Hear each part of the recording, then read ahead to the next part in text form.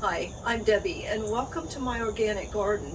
I'm going to take you on a real quick tour of my garden and around my property and show you what's going on the end of April here in Central Florida.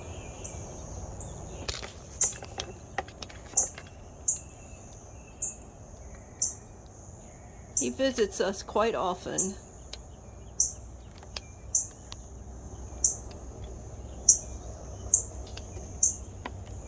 Hi, how are you? It is a beautiful day. There he goes. All I have needs I have not provided. So I'm going to start down here. These flowers right up here are from mustard plants that have bolted. You see right here, we're going to have some seeds in those little pods, and they spread their seeds all over the garden, and next fall they come up on their own, and I just transplant the little plants that come up, and we have greens all winter long. The bush blue lake beans are going to be picked today. Look at them all. And over here, if you haven't seen my video about downy mildew and rust, take a look at it. These cucumber plants were defoliated a week ago, pretty much down to nothing, and they've recovered. Now you see there is still some signs of downy mildew, but they're kind of dried up, and I'm staying on top of it, alternating what I'm doing to cure the downy mildew. So be sure to watch that video if you haven't already. You see, I've got some cucumbers growing down in here, and I'm really happy about that because it's been a while since I've had some good cucumbers. The corn that you see here is bodacious. It did not do well for me this year, and I think maybe the problem is it doesn't like growing up with dill, because I've fertilized it, I've done everything I know.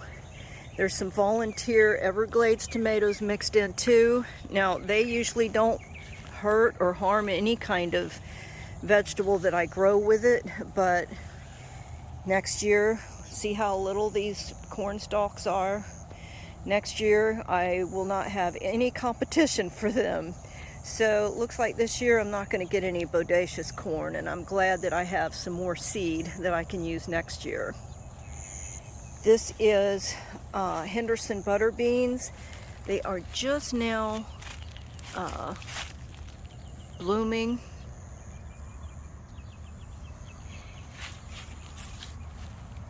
Those are small butter beans. You can see here where they're blooming. And you see some really teeny tiny pods.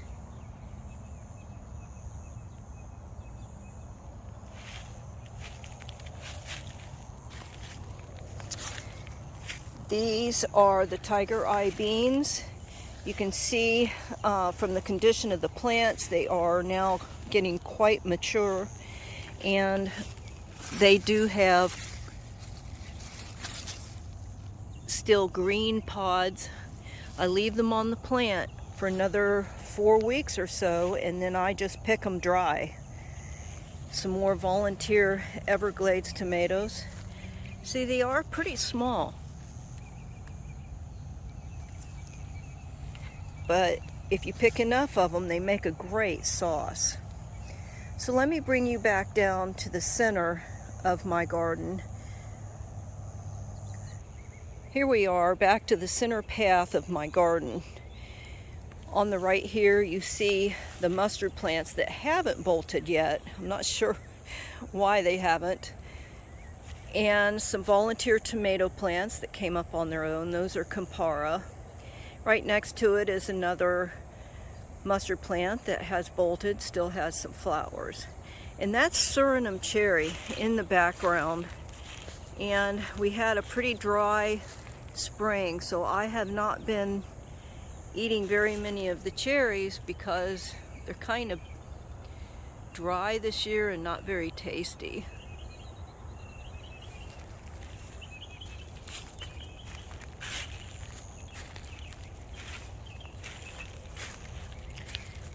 I have a few Italian beans coming up. I planted them pretty late, so they're running quite a bit behind the bush blue lake. And this is my pride and joy this year. My squash plants are doing great. I am still battling the downy mildew, but the plants are surviving anyway, and I've already harvested some squash from there. More squash plants. Just to give you an idea of how big these are, this leaf right here is hip high. They've really done a good job this year. And here on this side, this is Ford Hook limas. They are just now starting to bloom, and I see right here, that's an indication that I've got a pest, and I'm going to take care of that.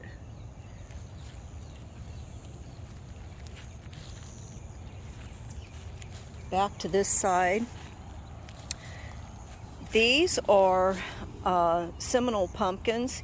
Do you see how you can confuse a normal leaf color with downy mildew?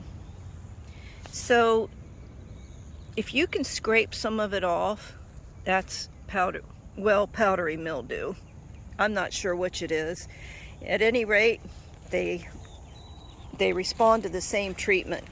I've been spraying my Seminole pumpkin with the treatments anyway, even though I know they're resistant to disease and I know that's their color, but I just want to be sure. So I have yellow corn and white corn coming up quite nicely, and I've planted some black-eyed peas that are coming up in between. These two rows here are various tomato plants. They had a kind of a slow start this year, but they're coming along quite nicely, and I do have a video on how to set all this up. I do cover them with the netting every year because we have stink bugs, and stink bugs will sting. Look, here's one. Tried to get in there. See there? Trying his best to get down in there and sting all my tomatoes. I'm sorry, y'all, but he's got to go.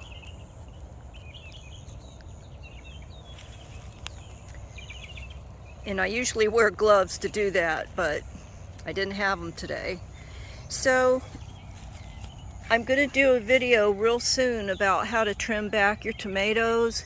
I don't trim them back a lot. If you've followed me at all, you know I leave them quite bushy as a protection against the sun. This is a native plum tree. It had absolutely no plums this year. I'm not sure why. And that's another one. Neither one has given me any plums. So, I don't know, maybe it's not old enough. This is my mango tree that actually has mangoes this year for the first time. Unfortunately, it is continuing to drop mangoes, and I'm understanding that that's normal, but I sure was hoping for a whole lot more than what it is giving me. But if it keeps some, I will be very happy. The tree is quite healthy. There's new growth, so it's not anything that's lacking. This is my fig tree that has yet to give me any figs. It's really been a struggle for me to grow a fig tree here. This is an avocado tree. It has one avocado. Isn't that cool? It kind of was a surprise that I had one, so we'll see if it keeps the fruit on. I have potatoes growing here. Did you see my video about planting potatoes that have sprouted in your pantry? Well, here are the potatoes that I planted in my barrels. These are sweet potatoes that are growing, and I will soon be clipping those vines off and planting them out in the garden as soon as I clear a spot, maybe where the green beans are. This is a lime tree that has survived the greening for many, many years. It is not very productive. The productivity of it goes down every year. So you can see it is a sick tree, but yet it's still here. And most of the time they only last a couple of years once they get greening. So I've got an experiment going on here. I'm trying air layering on a couple of different limbs here. The leaves look like they are not doing so well, so I don't know if I did it right or wrong. It was worth a try. The jury's out. We'll see if it works. Over next to the house, I have pineapple plants growing.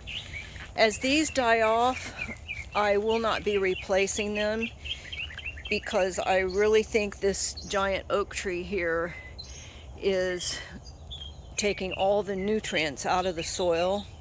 So you see they're quite small, but they're very, very tasty. They've got, I don't know, 2 or 3 more months to grow, but they will still be small.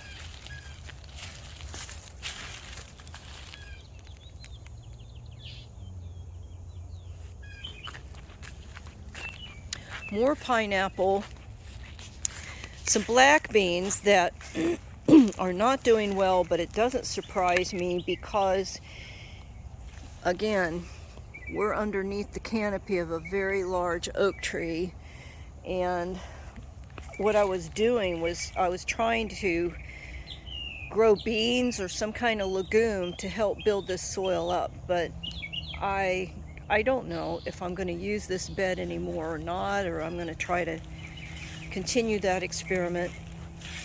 There are some black beans here, but usually these plants should be at least knee-high with a ton of beans on them. And then down there I've got more Ford Hook beans. Here at the end, this is called a loquat tree. I've had it for 2 years and it's just sat here and sat here and sat here and not done much, but it is now got some new growth on it, and I'm kind of afraid to trim them back. These pineapple are recovering from a freeze that we had this year. I think they'll be okay.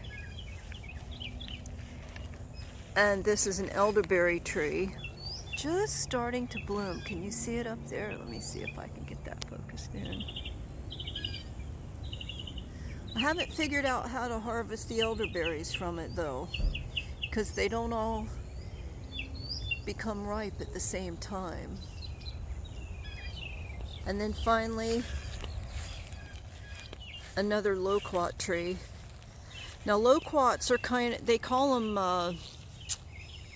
an Asian plum. They're yellow and they have a very large seed in them. And I like to eat them raw. I've never attempted to cook with them. So again, this tree has not produced any fruit. I think it's still just trying to get established here.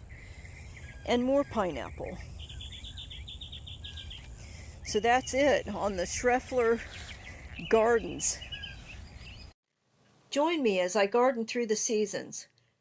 I'll teach you how to grow lots of veggies, and we'll talk about the real things that happen in real gardens. Great is thy